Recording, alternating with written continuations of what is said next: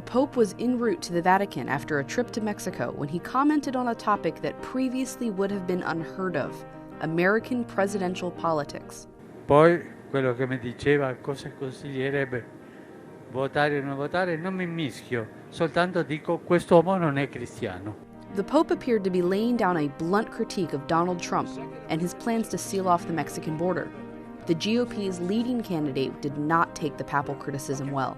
For a religious leader to question a person's faith is disgraceful. Other Republicans have had to disagree with this new Pope too, as he has increasingly spoken out on political issues that have been at the center of the election. In this latest spat, Catholic presidential candidates Jeb Bush and Marco Rubio seem to defend Trump. That's not an unchristian thing to do, to make sure that people don't come across our border illegally. Vatican City controls who comes in, when they come in, and how they come in as a nation state or as a city state. And as a result, the United States has the right to do that as well. American Catholic voters are bipartisan, and popes are admired by both Democrats and Republicans.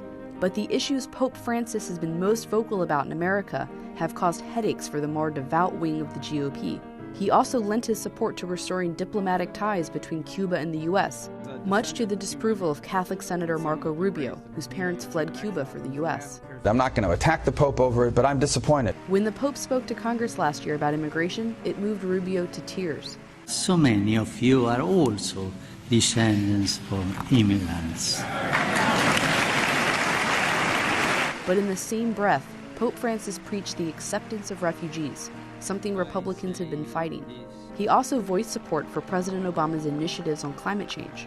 Climate change is a problem we can no longer be left to a future generation. There have been times the Pope has touched on inconvenient topics for Democrats, too.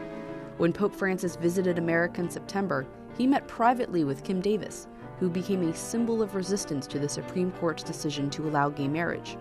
He also met with nuns who opposed elements of Obamacare that deal with birth control.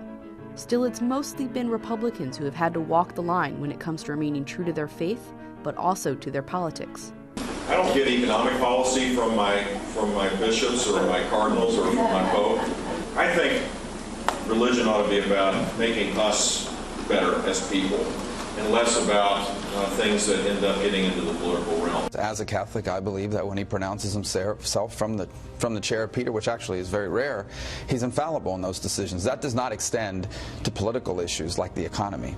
For the GOP, religion is good for values, but not always so good for politics.